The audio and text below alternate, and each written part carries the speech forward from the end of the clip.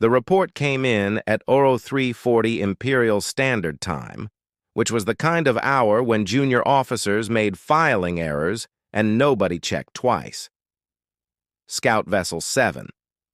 Talon had been running a routine sweep of the Outer Rim Sector 9, Quadrant Fallow, the dead edge of mapped space where nothing lived and nothing happened, and the biggest excitement in 3 years had been a rogue comet that turned out to be a rogue comet, the kind of posting they gave officers who had made one too many small mistakes, a punishment disguised as an assignment. The report should have auto-filed. It didn't.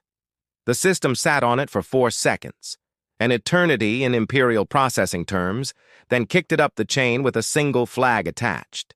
Not a red flag, not a yellow one, a flag the duty officer on the overnight shift had never seen before. White, blank, the system's way of saying, I don't have a category for this.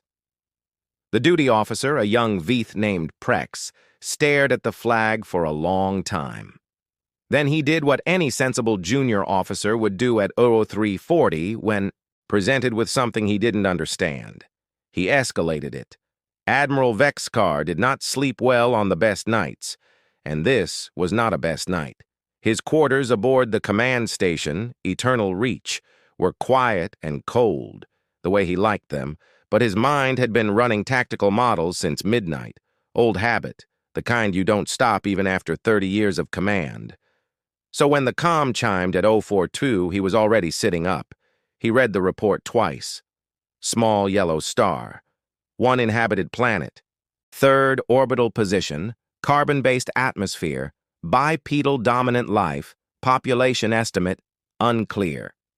Sensors kept returning different numbers each pass, which sensors were not supposed to do. Technological index unclear. No transponder signals, no registered fleet activity, no diplomatic record, no colonial claim from any recognized Empire member state. He read the last line 3 times. Classification attempt failed. Cross-reference result not in records. Vexcar had been in the Imperial fleet for 31 years. He had cataloged dead worlds and living ones. He had processed first contact with 11 species across 4 sectors. He had personally overseen the expansion of the Imperial Registry to its current count of 4,712,006 star systems, a number he knew by heart the way other men knew their children's birthdays. There was no system at that coordinate in those records. That was not possible. He dressed in the dark. Not because the lights bothered him, because he needed the minute it took to button a uniform in darkness, needed to think. A database error. Had to be. The Outer Rim archives were old. Some of them migrated 3 or 4 times across different storage formats over the centuries. Data got corrupted. Entries got dropped. It happened rarely, but it happened. He would send a second scout. The second scout would file a proper report. The entry would be created. The number would become 4,712,007. He told himself that with the calm of a man who had never once had to tell it to himself before. The second scout went out at 600 standard 2-person crew. Long-range sensors. Orders to do a full spectrum pass and return with a complete planetary profile within 72 hours. It came back in 19. The crew, both of them, were sitting very straight when they docked. The kind of straight that wasn't discipline. The kind that was what the body does when it has decided, on its own, to be very still. Vexar met them in the debriefing room personally. He didn't usually do that, for scout reports. He pulled a chair out across the table from them and sat down and looked at them and said nothing. The senior scout, a doll named Veth Orin, who had been running Outer Rim routes for 12 years without incident, put her hands flat on the table and said, "They were already watching us when we arrived, sir." Vexar said, "Explain." "We dropped out of transit at the outer edge of the system, standard approach distance, far enough for passive observation, before we ran a single active scan. Before we pinged anything, we picked up targeting locks, 12 of them, from assets we could not visually locate. You were locked by ships you couldn't see. Couldn't locate on any spectrum we ran. They weren't cloaked, sir. Cloaking has a signature. These had no signature. They were just... She stopped. Not there until they were. The junior scout, who had said nothing, said quietly. Vexcar looked at him. They had locks on us for 6 hours, sir. We ran passive scans. We took readings. They watched us take readings. When we turned to leave, the locks released. Clean, all at once, like a door being opened. The room was quiet. Vexcar said, "Was there any communication attempt?" Vethorn put a data chip on the table between them and slid it across. "One transmission," she said. 40 minutes into our observation window, we didn't respond. We didn't know what it was at first. It came in on a frequency we don't actively monitor. It took the system 11 minutes to even identify it as a directed communication rather than ambient signal. What was it? She looked at the chip, then at him. Text only, sir. Imperial Standard. Clean grammar. No dialect variants, no translation artifacts. Whoever sent it either speaks it natively or has had a very long time to practice. He picked up the chip. He didn't look at it yet. What did it say? 4 words, sir. She said the 4 words. We've been waiting. Vexcar sent the cruiser. Bright Dominion. 2 days later. Not a scout, a proper cruiser. 400 crew. Full weapons complement. Enough firepower to crack a moon. He told Captain Drexel to make the approach visible. No quiet observation. Come in with full transponder broadcast. Standard Imperial Fleet formation. Run the contact protocol the way the book said to run it. He wanted to see what a show of force looked like from the other side. Bright Dominion was gone for 8 days. It came back intact. Every crew member accounted for. No damage to the hull, no weapons fired, no casualties. Vexcar looked at Drexel.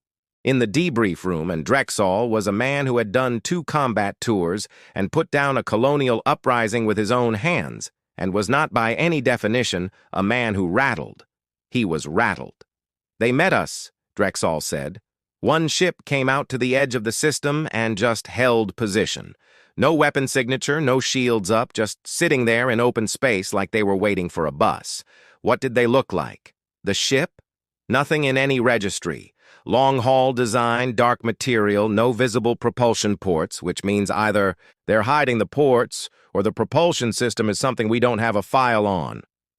Vexcar kept his voice flat. And we ran the contact protocol, hailed them on all standard frequencies. They responded on the first try, sir. Not after a delay, immediately, like they had the protocol memorized. Drexel paused. They might have the protocol memorized. What was said? They asked us to state our intentions. We gave the standard Imperial introduction, registry number, diplomatic designation, empire, representation, all of it. Another pause. They knew our registry number before we gave it. The room was very quiet again. Vexcar was beginning to hate the quiet. They read back our registry number to us, Drexel said, and then they asked politely, "Sir," very politely, "if we were there for the scheduled meeting or if this was an unplanned visit." "The scheduled? We have no scheduled meeting with this system, sir." I checked. There is no system at those coordinates in any record. There is no scheduled meeting. There has never been a diplomatic exchange with I know, Vexcar said. Drexel looked at him. "I know there's no record," Vexcar said. "What else?" Their lead diplomat came aboard voluntarily. Asked permission first, waited for it to be granted, came across on her own shuttle. She sat in our conference room for 3 hours. She had tea. She was calm, sir. The kind of calm that made my senior staff feel like they were the ones being evaluated. He reached into his uniform pocket and put something on the table, a card, small, pale material, not quite paper. On it, in Imperial Standard, a name and a title. Commander Yara Ose, Earth Diplomatic and Military Liaison. Earth. Vexcar picked up the card. It was warm somehow, even though it had been in Drevsol's cold pocket for 8 days. She left that, Drevsol said. Said to give it to whoever was in charge of the investigation. Said, and I'm quoting directly here, sir. Tell them we're not hard to find. We just needed to know if they were ready to look. Vexcour turned the card over. On the back, in very small letters, the same coordinate his scouts had first reported, the blank one, the one not in the records, and below it, one more line. We've known yours for a long time. That night, if you called it night, aboard a station that cycled artificial light on a 26-hour clock, Vexcour stood at the viewport of his office and looked at the stars and did something he had not done in a very long time. He thought about what he didn't know. The Empire's power was information, not just military strength information. 4.7 million cataloged systems, thousands of species indexed, classified, ranked by development tier and threat assessment. The registry was not just a database, it was the Empire's proof of itself. You are known, therefore you exist in relation to us. You are ranked, therefore you are understood. You are understood, therefore you are manageable. A thing not in the records was not a thing. Except this thing had sent ships into Imperial space without triggering a single border sensor, had placed targeting locks on Imperial scouts without any detectable technology, had a diplomatic liaison who showed up aboard an Imperial cruiser and drank tea and left a business card like she was attending a trade fair, had been waiting. His reflection in the viewport looked the same as always. Square jaw, the gray that had come in at his temples 3 years ago, the particular set of the eyes that officers under his command called the look among themselves, the expression that meant he had decided. Something in the deciding was already done. The reflection was lying to him. He hadn't decided anything. He didn't have enough pieces. He pulled up the original scout report on his desk terminal, read it again. The part that kept snagging wasn't the missing records. That he could almost explain. Archival error. Ancient data loss, fringe of map space. What he couldn't explain was the debris field, or rather, the absence of one.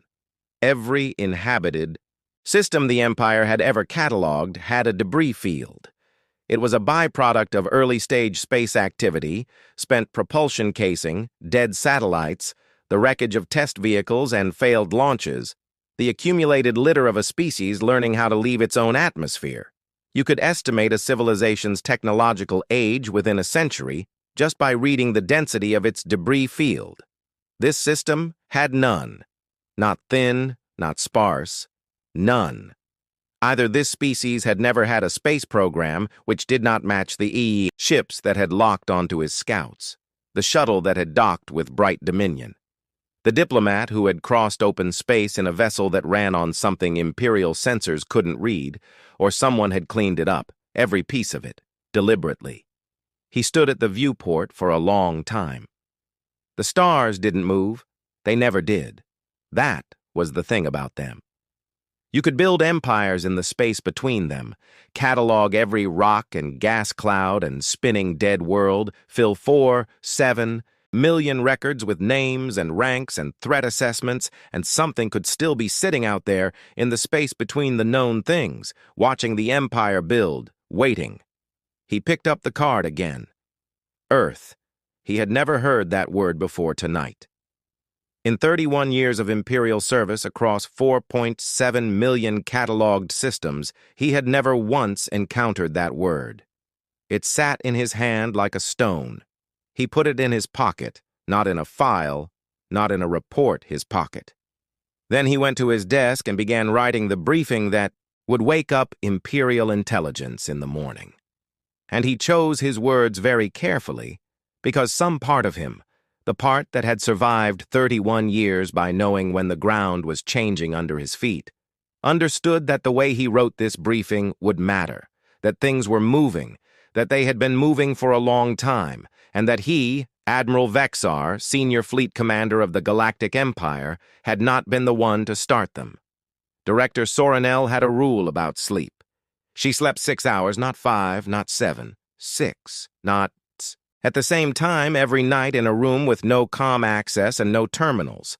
She had kept that rule for 22 years, because the work of Imperial intelligence was the kind of work that ate people who didn't have rules.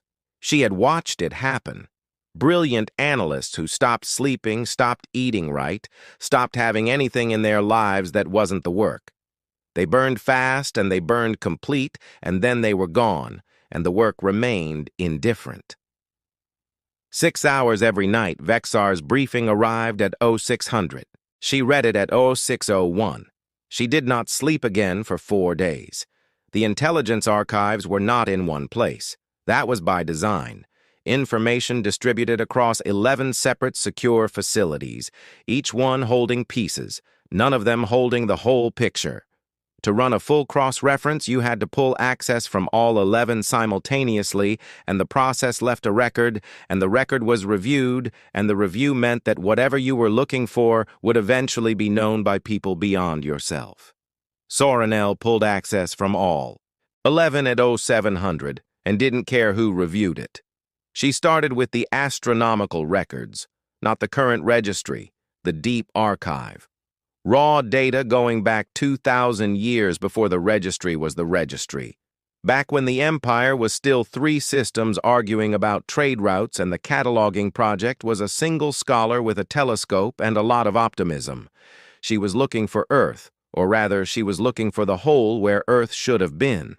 She found it in 40 minutes, which was faster than she expected, and much slower than it should have been possible. The first signal was 847 years old, a radio transmission. Primitive technology, the kind of thing a pre-spaceflight species generates accidentally just by running electrical equipment and broadcasting entertainment signals into the atmosphere. The kind of thing that bleeds into space in all directions like light from a window. You couldn't miss it with a functioning sensor array. The Imperial sensor array at the nearest relay station at that time had logged it, auto-flagged it, routed it to the contact assessment queue, where it sat for 6 weeks. Then it was reclassified. Origin, stellar interference, non-artificial, no action required. Soren Nell stared at that reclassification for a long time, because stellar interference did not produce structured signals with repeating mathematical intervals. Any second-year intelligence analyst could tell the difference. Whoever had reclassified that signal had either been catastrophically incompetent or had been something else entirely. She pulled the reclassification record, found the analyst ID, ran the ID. The file came back clean. A Geth analyst named Voss Rin, 40-year career, no disciplinary record, retired with commendation. She pulled his full personnel file and read it twice, and nothing was wrong with it. Nothing was wrong in the way that everything being right is sometimes more suspicious than something being wrong. A file without a single rough edge, without one missed day or minor reprimand or personnel note that said, "Occasionally difficult in meetings." Real careers had texture. This one was smooth. She flagged it and kept pulling. There were more. That was the thing. That was the thing that made her stop, twice, and sit very still at her terminal with her hands in her lap. Not because she was frightened, she was, but because she needed to not move for a moment and let the shape of what she was seeing settle into something she could hold. The signals came in waves, not constant, spaced across centuries, the way a species' technological development actually progresses. Primitive radio, then more complex broadcasts, then something that read as early propulsion testing, then the electromagnetic signature of nuclear energy, then, about 200 years ago, the first traces of what might have been early faster-than-light experiments. Each wave, at exactly the point it should have triggered Imperial contact protocol, had been reclassified 17 times over 800 years. Different analysts, different relay stations, different sectors of the outer rim as the signal spread, but always the same result. A flag that should have started a contact assessment quietly turned into a notation about stellar interference or equipment calibration or data corruption and filed away where no one would look at it again. 17 separate people across 8 centuries making the same quiet, wrong call. That was not coincidence. Coincidence was one person, maybe two. Coincidence did not sustain itself across 17 instances and 800 years without breaking once, without a single analyst asking a question or raising a concern or leaving a note that said, "Something feels off about this." 17 people had seen Earth, and 17 people had looked away. She pulled every personnel file, read all of them. Most were Geth, a few dull, two Veeth. Long careers, clean records, unremarkable retirements. The smooth file pattern held across all of them. She lined them up on her secondary screen. 17 faces, 17 clean careers, and looked at them the way she looked at things when she was trying to find what they had in common. She almost missed it. Not in the faces. She wasn't looking for something that obvious. She was looking at the dates, service dates specifically, when each analyst had been assigned to the relay station or sector where they'd processed the Earth-adjacent signal. The assignments had not been random. The assignments were lateral transfers, every one of them. Someone posted to a relay station from another post, or from a desk assignment, or from a training program. In each case, the transfer paperwork was routine. In each case, the transfer had been processed by a different mid-level logistics coordinator somewhere in the Empire's sprawling administrative body. She started pulling the logistics coordinators. She found 6 of them. She almost kept going, almost pulled those files the same way she'd pulled the others when something made her stop. A different instinct, the one that had kept her alive in this job when the clean, analytical approach would have, walked her into a wall. She ran the 6 logistics coordinators through facial composite analysis instead of personnel records, stripped out the ID numbers and the career histories and the commendations, just faces against the biometric database. One of them came back with a flag, not a match to another Imperial employee, a match to a physical profile type that the biometric database categorized, for lack of a better file, unclassified bipedal outer rim. She sat with that result for a very long time. Then she locked her terminal, put a level 6 security hold on everything she'd accessed in the last 6 hours, and walked to the window of her office. Outside, the station's rotation brought the star field into view. Slow, steady, the same stars she had looked at from this window for 9 years.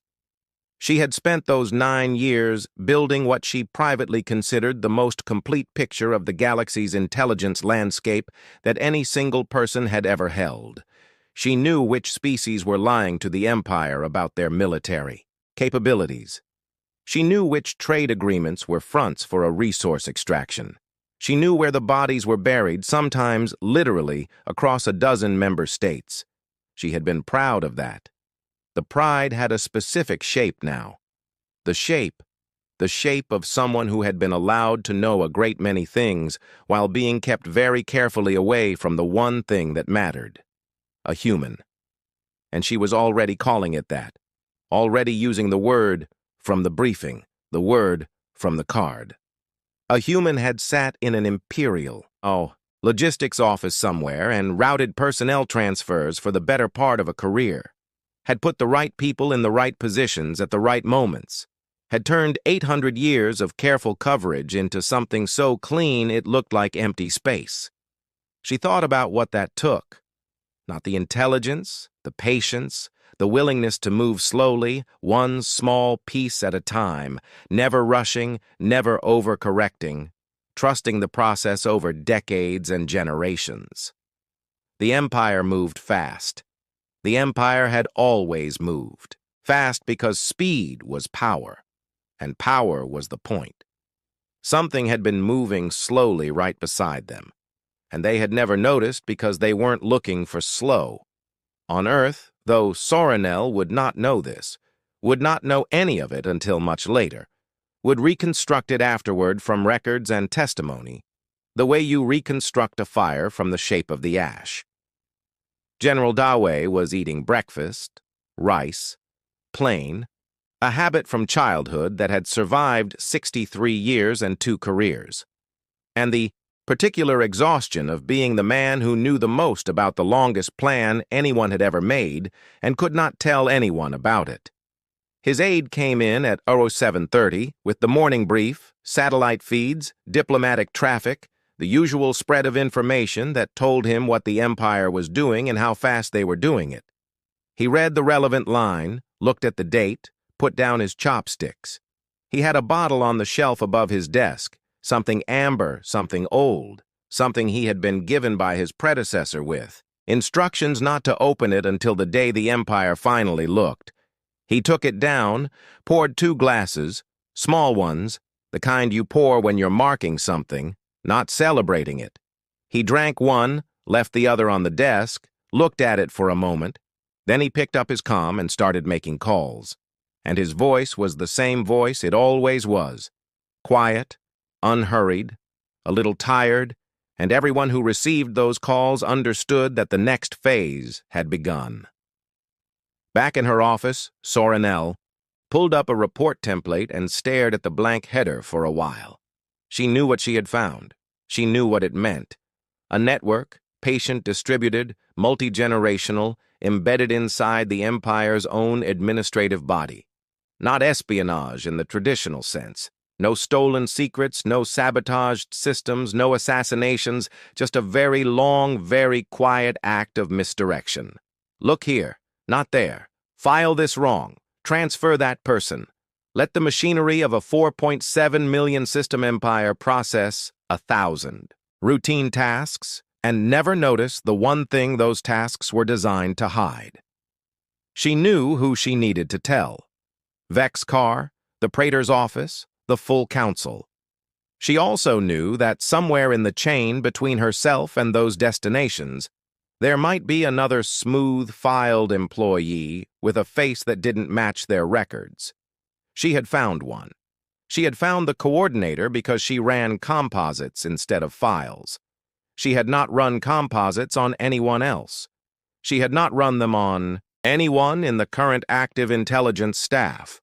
Had not run them on the Praetor's administrative office, or the Fleet Logistics Corps, or the communications relay teams. She had found one. There might be more. She sat with that for a long time.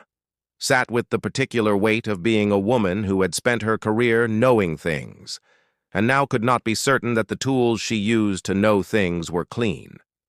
Then she did what she always did when the problem was bigger than she could hold in one sitting. She broke it into pieces. First piece, the report, written carefully, specific facts, no speculation, no interpretation beyond what the data directly supported. She would write what she found and not what she thought it meant. Second piece, verification.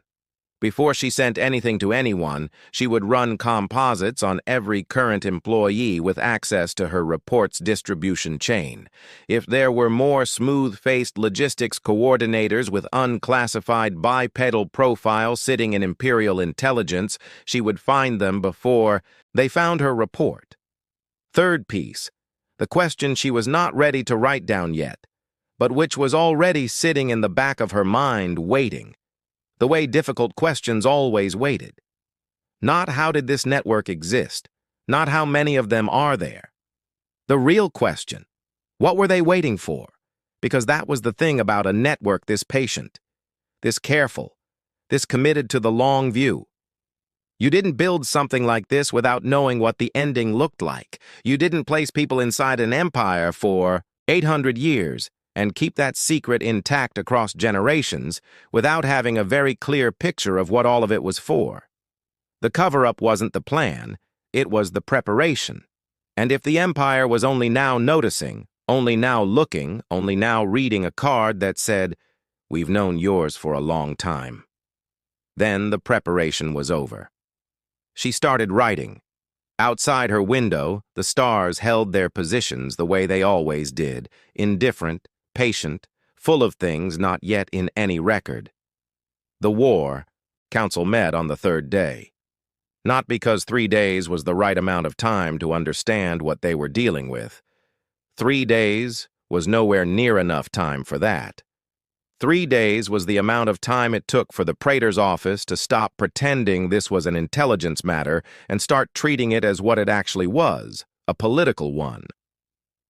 Praetor Maleth-Un arrived last, the way he always did, not because he was late, because arriving last meant everyone was already seated when you walked in. And everyone already seated meant everyone already aware of who the room belonged to. 22 years of leading the empire had given him a very precise understanding of which small things communicated large truths, and the order of entry into a room was one of them.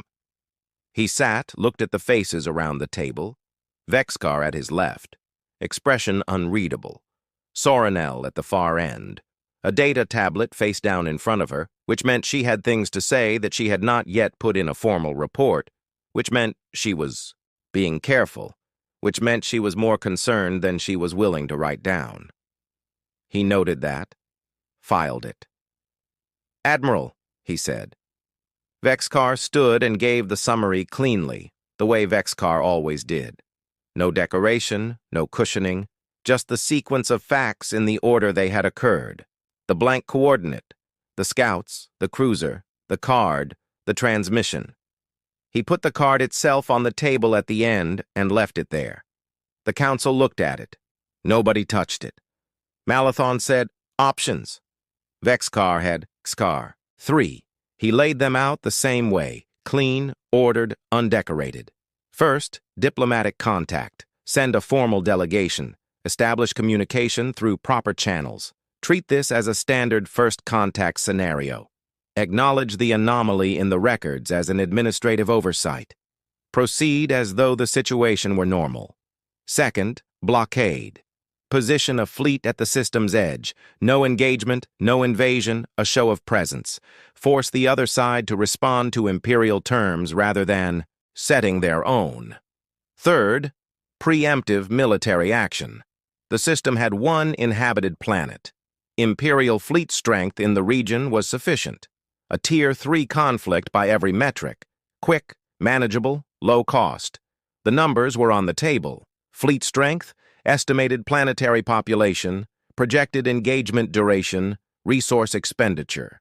Clean columns of figures that turned a situation with no good answer into something that looked like arithmetic.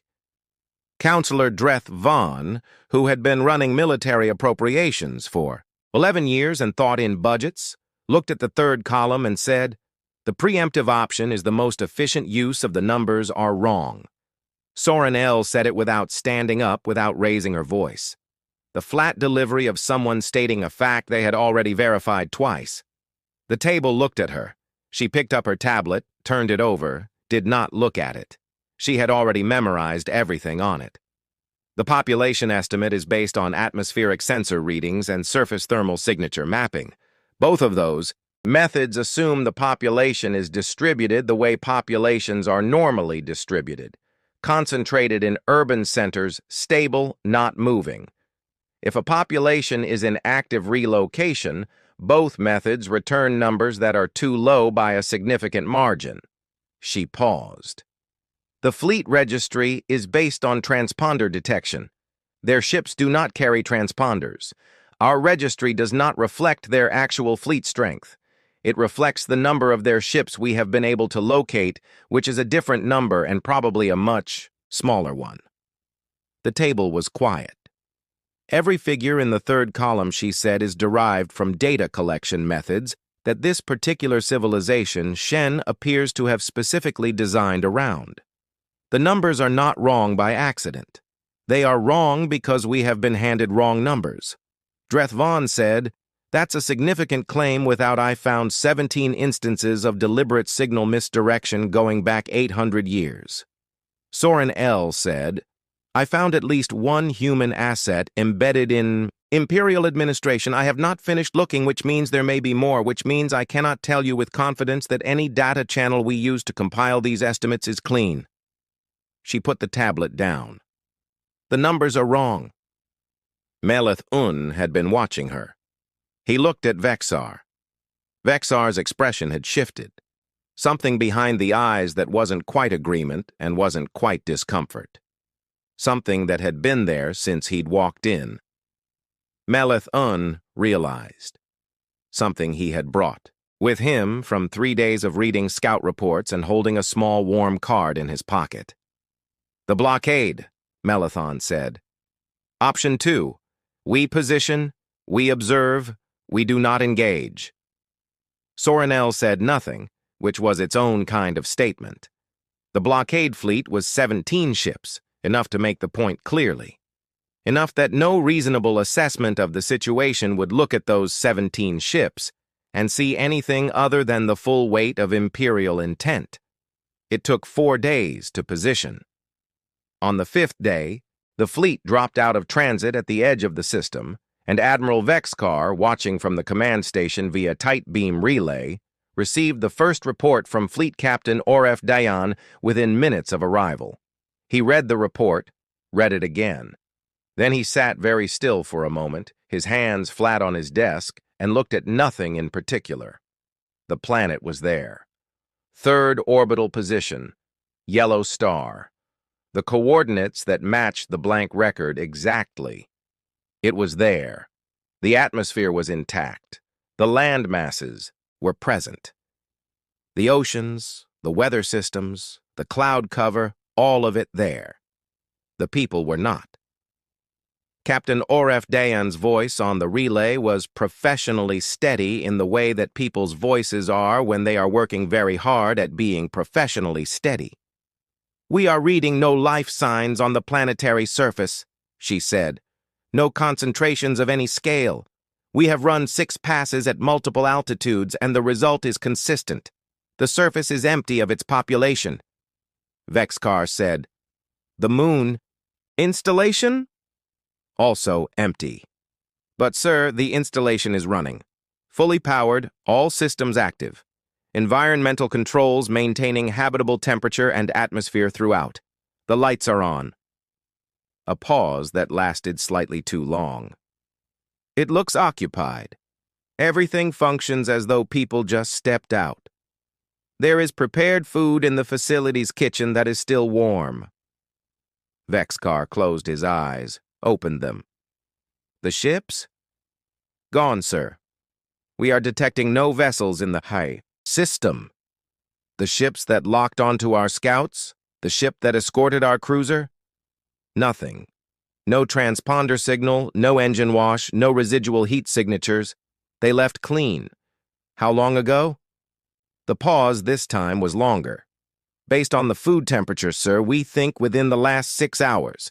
But that's not she stopped. That's not possible. The population of this planet, based on everything we observed, was in the hundreds of millions. You cannot move hundreds of millions of people in 6 hours.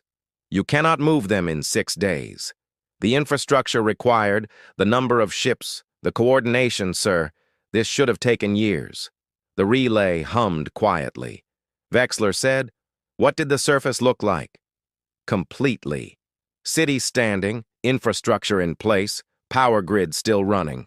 No signs of evacuation panic, no abandoned vehicles blocking roads, no crowding damage in transport hubs. The places where people waited to board transport, we could find them, sir, by the pattern of foot traffic in soft ground, by the arrangement of things left behind. They were orderly. They knew where to go, and they went there. They left their cities intact because she stopped again. Because what, Captain? Because they planned to come back, sir. That's the only reason you leave a city intact and the lights on when you're leaving. You leave it like that because you expect to return. Vexler forwarded the report to Soranel and the Praetor's office simultaneously. Soranel's response came back in 8 minutes. I need more time. The Praetor's office took 4 hours. Then Melithian himself came on the relay, and his voice was the same voice it always was, composed, weighted, carrying the particular gravity of a man who had spent 22 years being the last word on every subject. Analysis, he said. The blockade decision was made 4 days ago in a secured council chamber. They were moving before that, possibly before the council met at all, possibly before we positioned the first scout. Silence on the relay. They were watching the council chamber. I don't know, sir. What I know is that the timing is not coincidental. Another silence, longer. Where are they? Unknown. The silence after that one was the longest. Vex Card could hear the shape of it, the prodder processing what it meant for a population in the hundreds of millions to be simply unknown.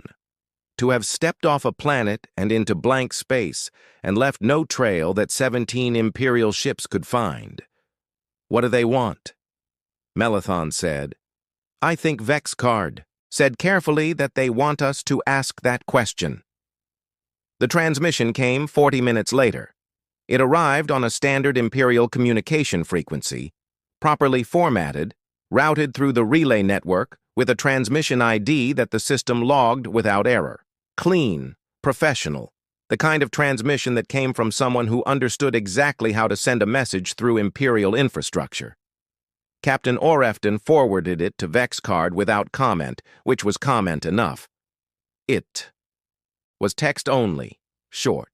The sender ID listed a name he already knew, Commander Yara Osei, Earth Diplomatic and Military Liaison, and a set of coordinates, deep space, outer rim, far from the empty planet and the lit-up moon and the cities with their power grids still running.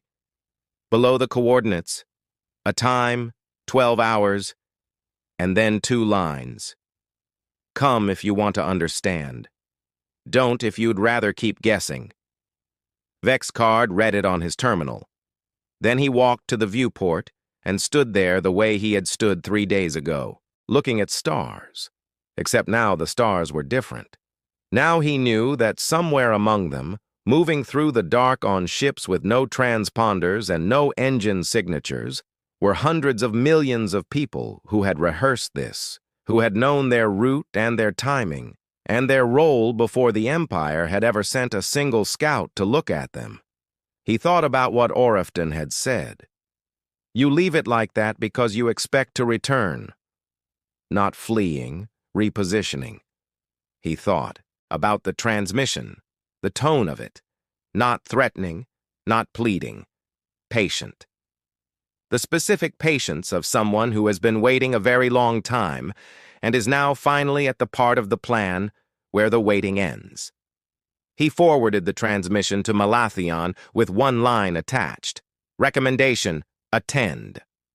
The Praetor's response came back in 20 minutes. Send a drone. Vex Card read that, put it down, picked it up again, read it again. Then he walked to his personal shuttle bay and told his pilot to plot the coordinates and did. Not send a second message to the Praetor's office, and did not ask for authorization and did not think too long about what he was doing, because if he thought too long about what he was doing, he would do the sensible thing instead of the necessary one. The shuttle launched at Uro 300, 12 hours. He had been wrong about things before. He had made calls that cost ships, that cost lives, that he still measured himself against in the small hours of the morning. When the tactical models ran behind his eyes like old film, he had been wrong. He did not think he was wrong about this. Whatever was at those coordinates, it was not a trap. Traps didn't leave their cities with the lights on. Traps didn't send politely worded invitations with choices attached. Whatever was at those coordinates had been built for this exact moment. He sat in the back of his shuttle as it accelerated into the dark, and outside the small window, the stars moved the way they always did. Not at all. And somewhere ahead of him, in space that was not in any record, something was waiting. It had always been waiting. He was only now beginning to understand what for. The station had no business being there. That was the first thing Vex Card thought when it came into view, not, what is that? Or how large is it? But the simple structural wrongness of its existence in this particular patch of space. The outer rim was old dark and empty dark, and the kind of dark that had been dark since before the Empire had a name for itself. Nothing was built out here. Nothing had reason to be. The station was built out here. It was large, not in the way Imperial stations were large, not the aggressive bulk of military engineering, not the sprawl of a trade hub. Large the way old things were large, like it had been here long enough to settle into the space around it. The material of its hull was dark, not the dark of absence, but the dark of something that had absorbed a great deal of light over a very long time. It had no visible weapons ports, no defensive array, no fleet of escort ships holding position around it. It sat in the black like it had nothing to prove. Vexcar's pilot brought the shuttle in slow, which was the right call. There was a docking signal broadcasting on a frequency the shuttle's system recognized, Imperial Standard, again, that small detail that kept sitting wrong, and a docking bay that opened as they approached as though they had have been expected, which they had been, which Vexcar was starting to understand was going to keep being true about everything. They docked. The bay was clean and warm and lit with a soft light that wasn't quite like Imperial Station lighting, warmer somehow, less clinical. There was gravity, properly calibrated. There was air, properly mixed. Both of which meant this station had been built with Imperial physiology in mind or had been adjusted for it, either of which was its own kind of statement. He stepped out of the shuttle. Soranal was already there. She was standing at the bay entrance with her arms at her sides and her face doing something it almost never did. Nothing. Not composed, not calculating, just present. She looked at him the way people look at each other when they have separately arrived at the same place by different roads, and the coincidence of it is not quite funny. "The Depreacher sent you too," he said. "The Depreacher sent a drone," she said. "I came myself." He looked at her. "I've been looking for embedded assets for 3 days," she said. "I found 3 more. I don't know how many I haven't found yet. I needed to understand what we're dealing with before I put anything else in writing." She paused. Also, the drone would have been a mistake. "I know," he said. They went in together. The first corridor was plain, dark walls, soft light, the particular quiet of a large space with good acoustic absorption. And Soranel walked beside him and said nothing. And the corridor opened into the first room, and they both stopped. It was a hall, wide enough that the far walls were slightly soft with distance, high ceiling. The light came from sources that weren't visible, distributed even like daylight, without a sun. Along both walls, cases floor to ceiling. Behind the cases, objects, documents, images, things he didn't recognize yet, and things he did. He recognized them because they were Imperial. That was the second wrong thing after the station's existence. The objects in the cases were Imperial, Imperial weapons, Imperial insignia. Imperial administrative documents in the specific format the Empire had used during its first expansion period, 400 years ago.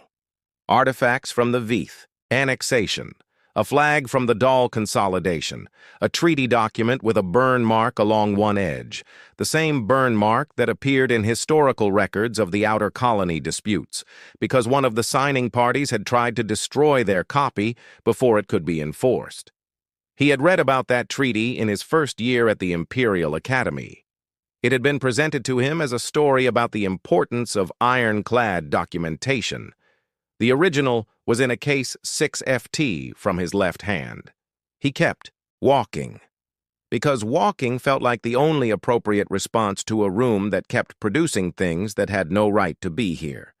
The hall divided, one wing to the left, a label above the entrance in 3 languages. Imperial Standard first, then 2 he didn't recognize. He read the Imperial Standard, the Veeth. He knew what the Veeth were, everybody knew. A species from the Inner Rim, early in the Empire's expansion. They had resisted annexation. There had been a conflict. The conflict had been resolved. That was how history books described it. The conflict was resolved. He had always understood, in the way that adults understood things they had been children when they were taught, that resolved was doing significant work in that sentence. He walked into the Veeth wing. There were testimonies, printed, physical, mounted behind glass, in Veeth script, which he couldn't read, but with Imperial Standard translations below each one. He read 3, stopped reading, not because they were difficult. To read, because they were easy, clear, specific, first-hand accounts written in plain language. And the plain language described things that he had never seen in any document in any Imperial archive, Vic, as the Imperial archives did not contain plain language about this particular subject. The conflict had not been resolved. The Veith had been destroyed, not annexed, not absorbed, destroyed systematically and completely over a period of 11 years, and then removed from the record with the same patient thoroughness that someone had used to remove Earth from the record. Except this time the thoroughness had been Imperial, and what was being removed was not a secret to protect, but a shame to bury. He stood in the Veith wing for a while, then he walked out and kept going. There were others, a wing for each. Names he knew as historical footnotes, species described in Academy texts as pre-expansion tier, absorbed or defunct. Each wing with its objects, its documents, its testimonies. Each wing labeled with two things, a name and a date. The date was the date of the last record. Sorinel walked beside him through all of it. She didn't speak. She was doing what she always did, taking it in, filing it, building the picture. But her pace had slowed since the third wing, and once, just once, she stopped completely in front of a mounted photograph, a large one, taking up most of one wall, a city that had been a city and was not anymore, and stood there long enough that he had moved several steps ahead before he noticed she wasn't beside him. He waited. She caught up, said nothing, kept walking. He didn't say anything either. Some things didn't need to be named. At the end of the museum, there was a final wing, no label above the entrance. He almost walked past it before he noticed the absence of a label where every other wing had one. He went in, empty cases, clean floors, the same soft light as everywhere else. The display cases were the right size, mounted at the right heights, arranged in the same configuration as the other wings. Everything prepared, everything ready, waiting for contents that had not yet been placed. He counted the cases. He stopped counting. "Enough," Sorinel said from behind him. Her voice was completely level, the kind of level that required effort. He turned. She was looking at the cases, too. Then she sat down on the floor, not collapsed, not distress in the dramatic sense. She just sat down cross-legged in the middle of the empty wing and looked at the empty cases and stayed very still. He didn't tell her to stand up. He stood beside her and looked at the same cases and tried to do the same math she was doing and arrived at the same place. There was a right number of cases. The number was not random. "You're counting wrong." The voice came from behind them, quiet, unhurried, an old man's voice, not weak, just worn, the way wood wears to smoothness over time. Vexcar turned. He was shorter than expected, older than expected. He wore plain clothes, no uniform, no insignia. He had the kind of face that had once been sharp and had gone soft at the edges without going soft underneath, if that distinction meant anything, and somehow it did. He was carrying a thermos and 2 cups, and he looked completely like someone who had been expecting visitors for a while and was glad they had finally arrived. "The cases aren't a count of individuals," the old man said.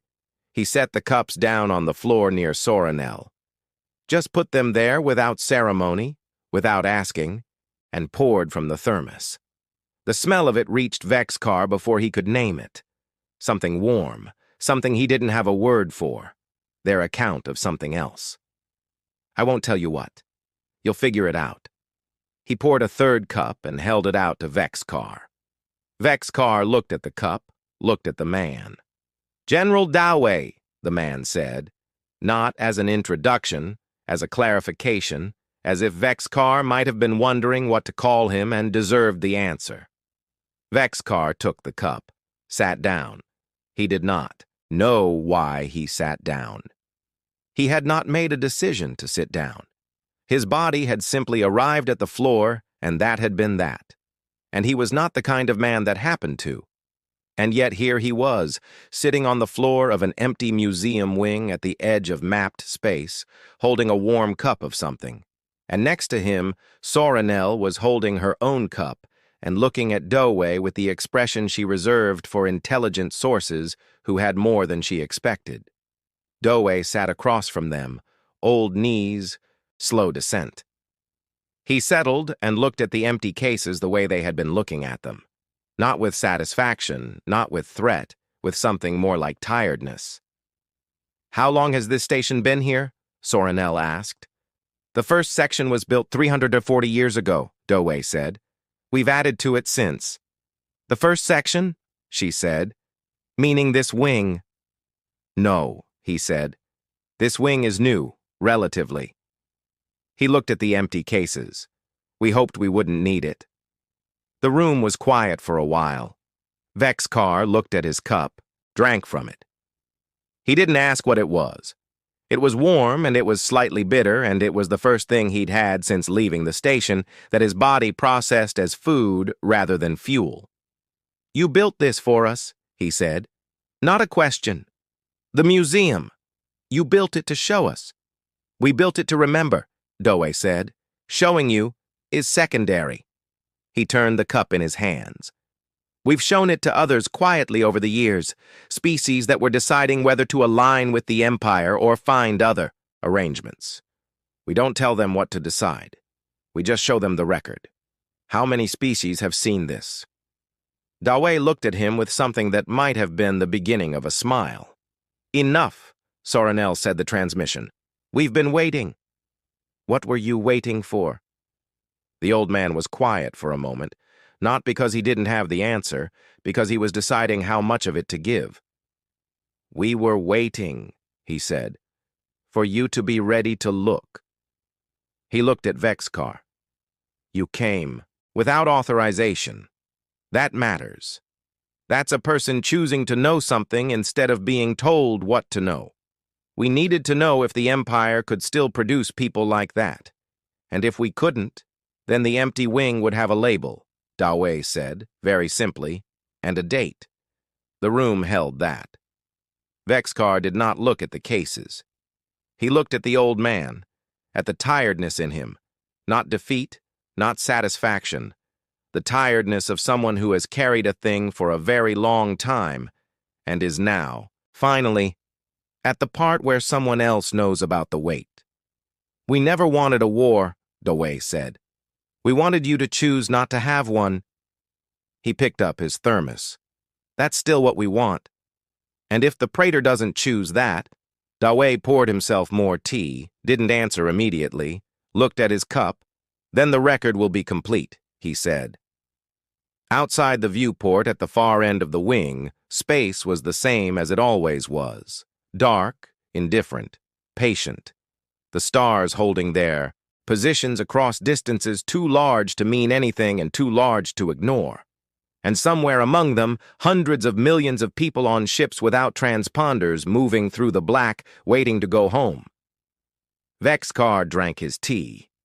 He thought about the Veith wing, the photograph Soranel had stopped in front of, the burn mark on the treaty document. He thought about the empty cases and what they were counting. He finished the cup and put it down carefully, and looked at this tired old man from a planet not in any record and understood, in the specific way that understanding arrives when it is too late to be comfortable, that this conversation was not the plan. This conversation was the mercy built into the plan. The plan didn't require him to understand. He was here because they had hoped he might. Malethion had not slept either. Not in the disciplined way Soranel didn't sleep. Not because the work demanded it. Because the particular machinery of his mind, the one that had run the Empire for 22 years on a combination of information control and political timing, had stopped producing clean outputs and was producing noise instead. The same fragment cycling, an empty planet, a lit-up moon, a card on a table that nobody touched, a transmission with 2 sentences and a choice built into them. "Come if you want to understand." He had not come. He had sent a drone. The drone had arrived at the coordinates and found the station and begun its passive scan, and then its feed had cut out. Not destroyed, not jammed. The drone had simply turned around and come home. Its mission subroutines intact, sensors intact, every system green. It had turned around the way a dog turns around at a particular smell. Some deep code instruction tripping that Malathion's technical team spent 4 hours trying to locate and could not. They had sent a machine. The machine had been sent back. He thought about that, about the precision of it. Not destroying the drone, which would have been a provocation. Not jamming it, which would have been detectable. Just redirecting it. A gesture that said, "This is not how this works." A lesson delivered without a word. He had been on the receiving end of that kind of move exactly once before, 26 years ago, when he was still a young counselor watching the previous praetor navigate a coalition dispute. The previous praetor had said, "You can always tell the quality of an opponent by how they say no. A weak opponent slams the door. A strong one just stops opening it." He pushed the thought away. He pulled up the A assessment instead. Fleet. Position, weapon status. Earth's coordinates still active on the targeting overlay. The planet was empty. They knew it was empty. Orifdan had confirmed it 6 ways, but the targeting overlay didn't know what empty meant. It knew coordinates and yield calculations and projected damage assessments. The numbers were clean. That was the problem. Sorinel had told him the numbers were wrong, but she wasn't here to tell him again because she had gone to the coordinates herself, disobeying a direct instruction. Sitting somewhere at the edge of map space with a man not in any record. And Vex Carr was there too. His 2 most reliable people at the table he hadn't been willing to sit at, leaving him with the numbers. Counselor Dreth Vaughn came in at 0800 and put a fresh assessment on the desk and said the window for a show of force strike was narrowing.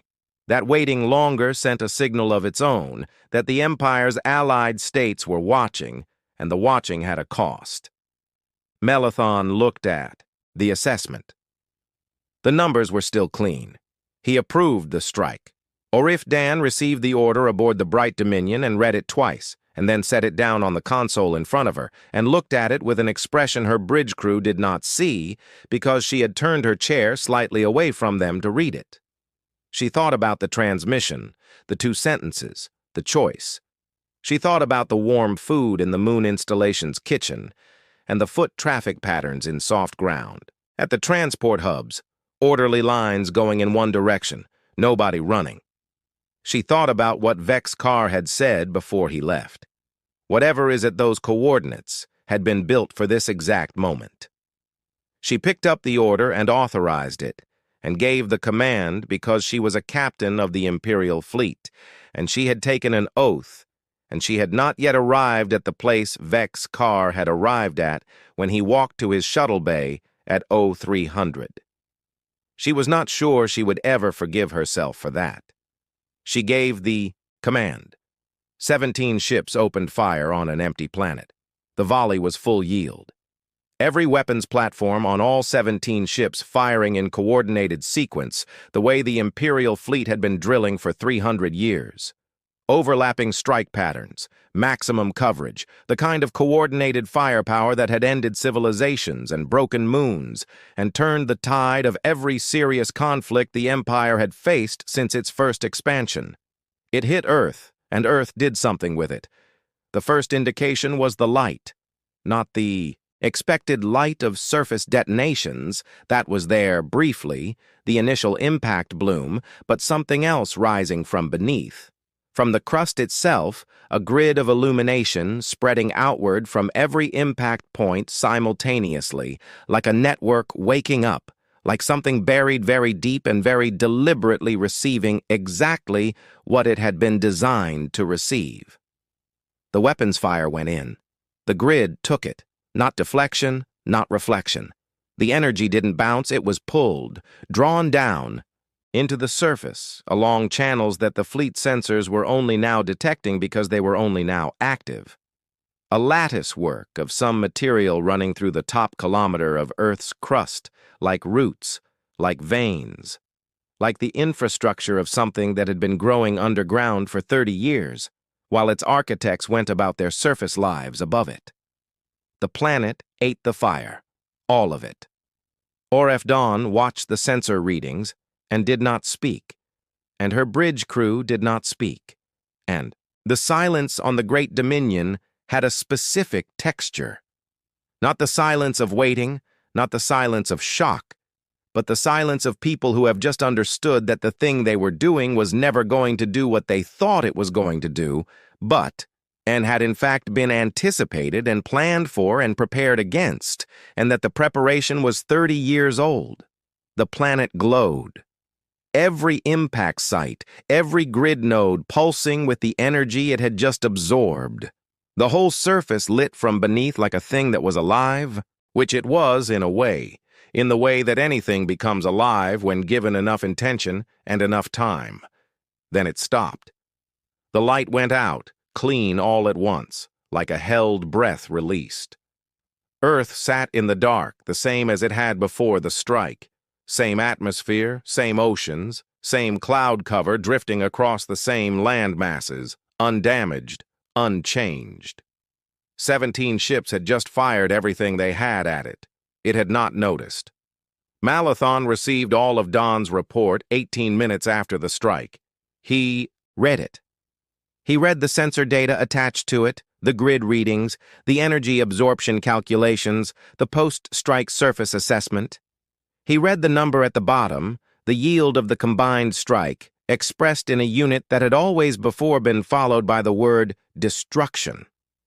And he read what that yield had produced, which was nothing, and he sat with that for a while. He had approved the strike as a show of force. The show of force had demonstrated with complete precision that force was a thing he did not have. Not because the Empire was weak. The Empire was not weak. The Empire had the most powerful fleet in known space and had just fired it at a planet. The planet had eaten it. He stood up, walked to his viewport. The station's rotation was bringing the star field into view, the same stars, the same indifferent dark.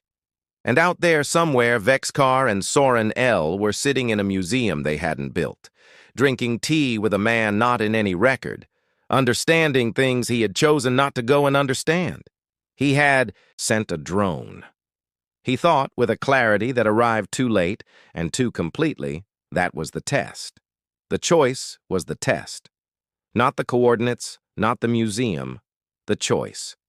Come or don't, understand or don't, and I sent a drone. His comm chimed 14 signals. Simultaneous near enough. He knew the origin codes before he opened them. 14 allied states, 14 independent species, who maintained relationships with the Empire that were called partnerships and were actually a more comfortable word for deference. 14 species who received imperial protection in exchange for imperial access to their resources and their trade routes and their political support in the Galactic councils. He opened the first one. It was short, diplomatically worded, the way things that have already been decided are diplomatically worded. The language of a choice communicated rather than discussed. The Vithran Collective was suspending its trade agreement with the Empire pending review. No hostility, no alliance broken, just we are stepping back. He opened the second, the third. He stopped opening them after 7 because they were all the same message in different diplomatic language, and he understood the shape of what was happening. They had been watching, not just today, not just the strike. The 14 observer ships. He had known about them. Sorenel had flagged possible observer presence in her last report. Before she left, had been positioned before the blockade fleet arrived. They had watched the empty planet, the lit moon, the orderly departure of a civilization that knew exactly where it was going. They had watched 17 Imperial ships fire on an empty world, and now they were stepping back, one by one, quietly, the way you step away from something you have decided you don't want to be associated with. Not dramatically, not with declarations, just distance measured, polite, irreversible. Maleth-Un stood at his viewport and watched the star field and understood what he was feeling only because he had felt it once before, a long time ago, before the career and the office and the 22 years of being the last word on every subject.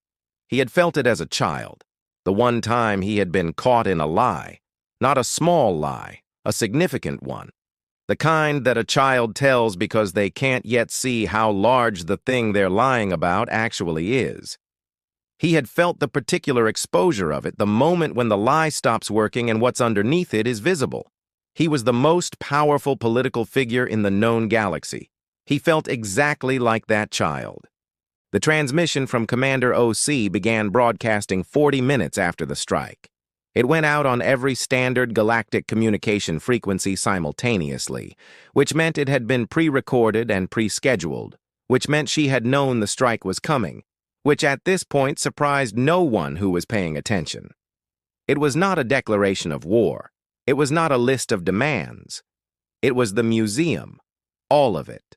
The records, the testimonies, the wings with their labels and their dates, the artifacts in their cases, the photograph of the city that had been a city.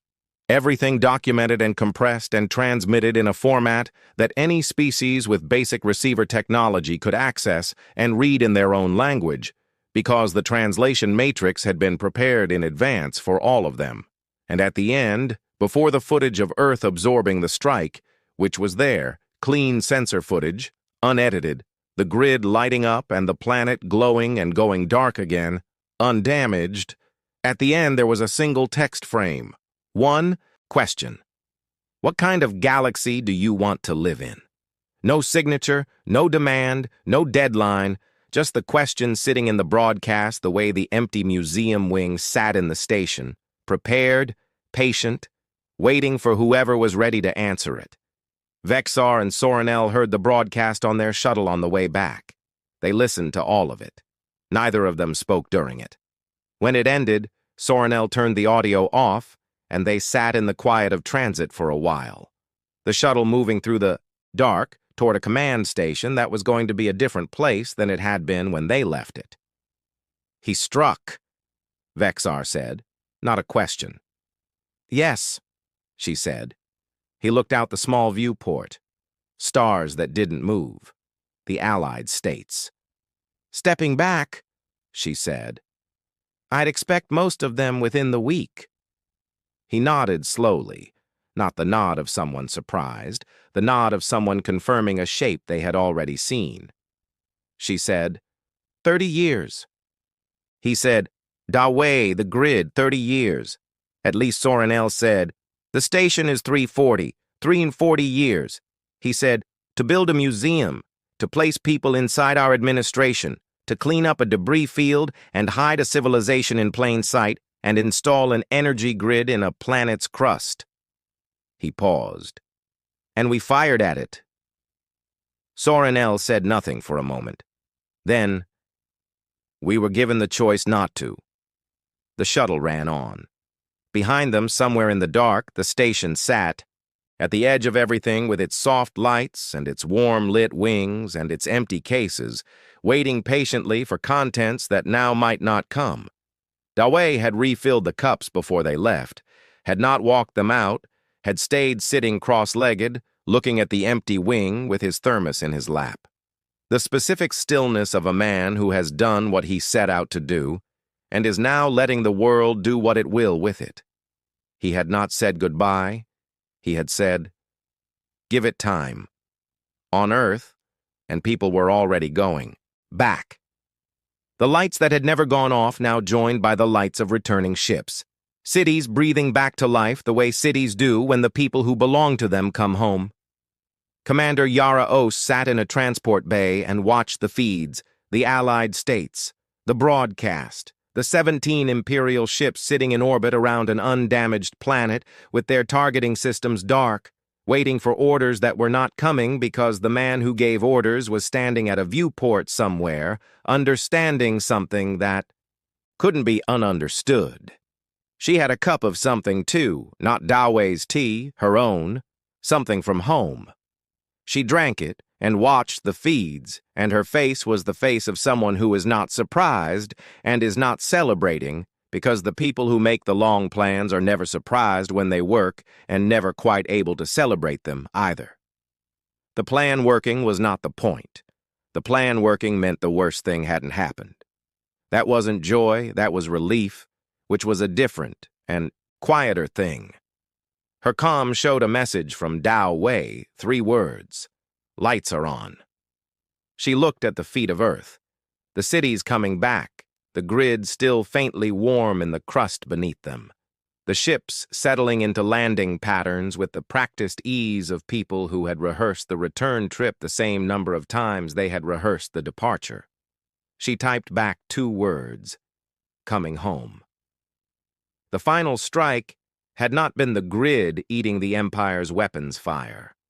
The final strike had been 30 years ago, when the first load of material went into the ground, and the first parameter was set, and the first decision was made to build something that said, "We will not fight you with fire. We will make fire irrelevant." It had been 340 years ago when the first wing of the museum was built, and someone had decided that memory was the only weapon that mattered in the end. Not the memory of your own history, but the capacity to hold the history of others. To refuse to let it disappear the way the Empire disappeared things it didn't, things it want remembered. It had been 800 years ago when the first quiet hand had quietly misfiled the first quiet report, and a civilization had looked at the largest empire in the known galaxy and decided, "Not yet, not like this. We will wait until we are ready. We will wait until they are ready. We will wait until the choice is real." The empire would not fall today. Empires didn't fall in a day. They contracted, they reassessed, they reformed, or they didn't, and the galaxy watched either way, and the record was kept either way. The empty wing remained empty. The question remained in the broadcast, patient as everything else had been patient, waiting for the galaxy to answer it in the only way that mattered, not in words, but in the slow accumulation of choices made by people who had been shown finally clearly, without cruelty, what the record actually said. The lights were on.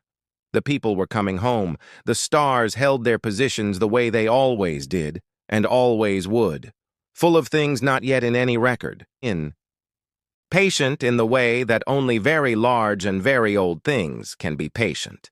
Not because patience is easy, but because they have learned over a very long time that it is the only thing that lasts.